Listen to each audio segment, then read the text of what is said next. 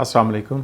आज से हम शुरू करने जा रहे हैं एजुकेशनल रिसर्च या रिसर्च मेथड्स, और उसकी टर्मिनोलॉजी है, डिफरेंट टॉपिक्स हैं जो बहुत ही ज़्यादा ज़रूरी हैं, जिसमें स्टूडेंट्स बहुत ज़्यादा कंफ्यूज रहते हैं कि हम रिसर्च के बारे में जानना चाहते हैं। और ज़ाहिर ये इतना इम्पॉर्टेंट है, इतना ज़रूरी है कि जब तक आप रिसर्च की अंडरस्टैंडिंग नहीं रखते, आप रिसर्च को कर नहीं पाते प्रैक्टिकली। तो उसके लिए थ्योरेटिकली आपके पास नॉलेज होना चाहिए और फिर जाके आप प्रैक्टिकली उसको अप्लाई करेंगे। तो मेरी कोशिश होगी कि हम जितनी भी बातें करें वो बेहतरीन अंदाज के साथ करें, इंटरेस्टिंग वे में हो, जिसमें आपकी मोटिवेशन जो है वो भी पैदा हो और आपकी दिलचस्पी ज़्यादा से ज़्यादा हो इस तरफ एजुकेशनल रिसर्च में। मैं doctor Shahid Raza, assistant professor, university of education, Lahore.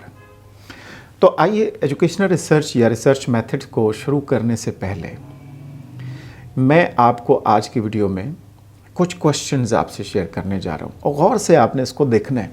और एक एक क्वेश्चन जो है वो बहुत ही कीमती है, बहुत ज़्यादा ज़रूरी है कि आप इसके ऊपर गौर करेंगे तो आपको अंदाज़ा होगा कि रिसर्च को हम कैसे शुरू कर सकते हैं और किस तरीके से स्टेप बाय स्टेप प्रोसीड करते हुए हम आगे जा सकते हैं।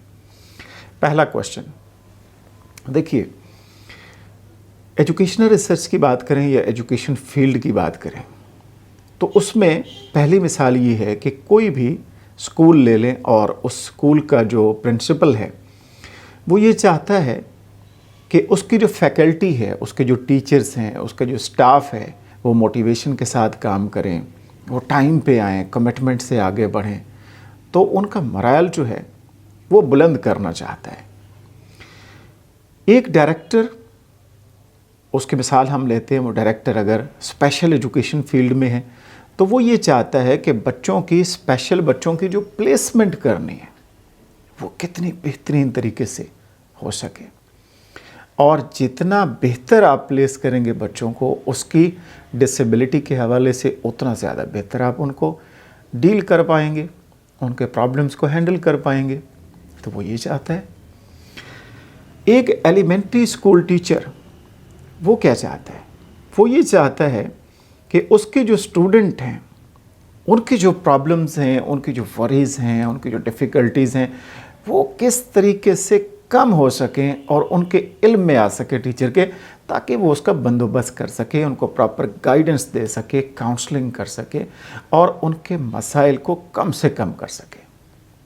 सिमिलरली एक जो बायोलॉजी का टीचर है वो ये चाहता है कि जितने भी बायोलॉजिकल कॉन्सेप्ट्स हैं वो बच्चों को बेहतरीन जो है वो याद हो जाए, वो उनको जहन नशीन हो जाए और बेहतरीन तरीके से हो जाए।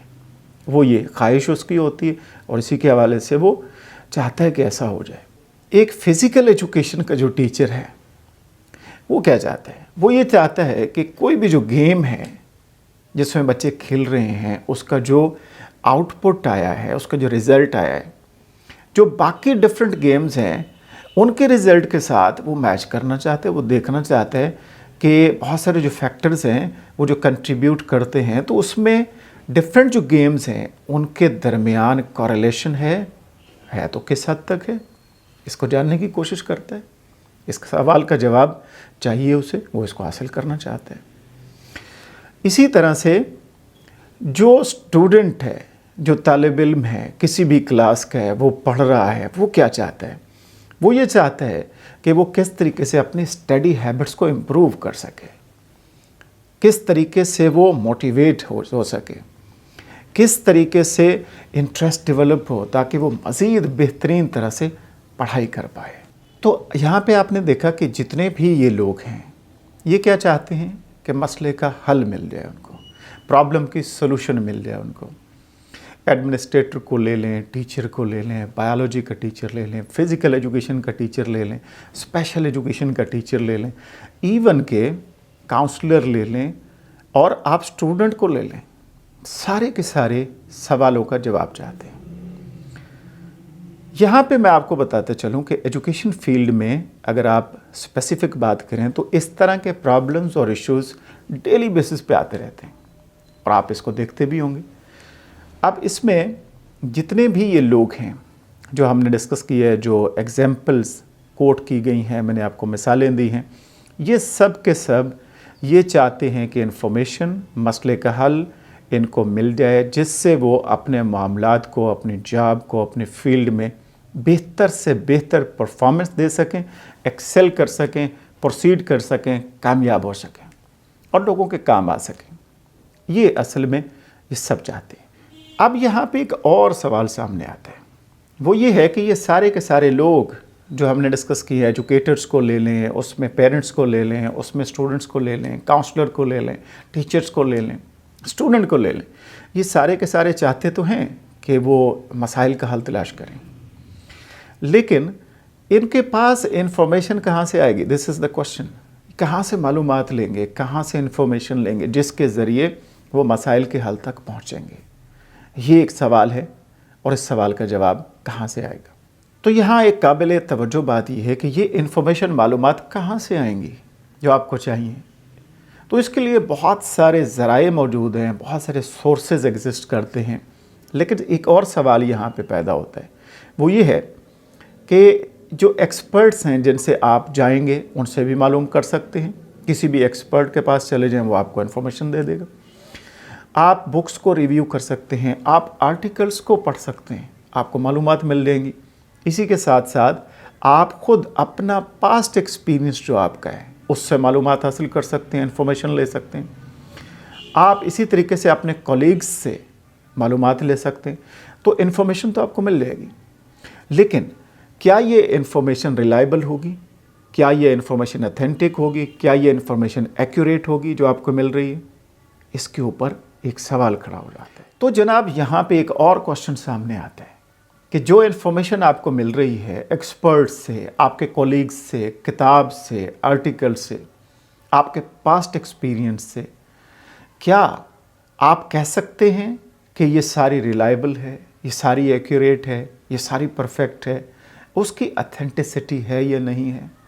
ہو بھی سکتا ہے، ریلائبل انفارمیشن ہو سکتی ہے، لیکن یہ بھی تو ہو سکتا ہے کہ وہ ریلائبل نہ ہو۔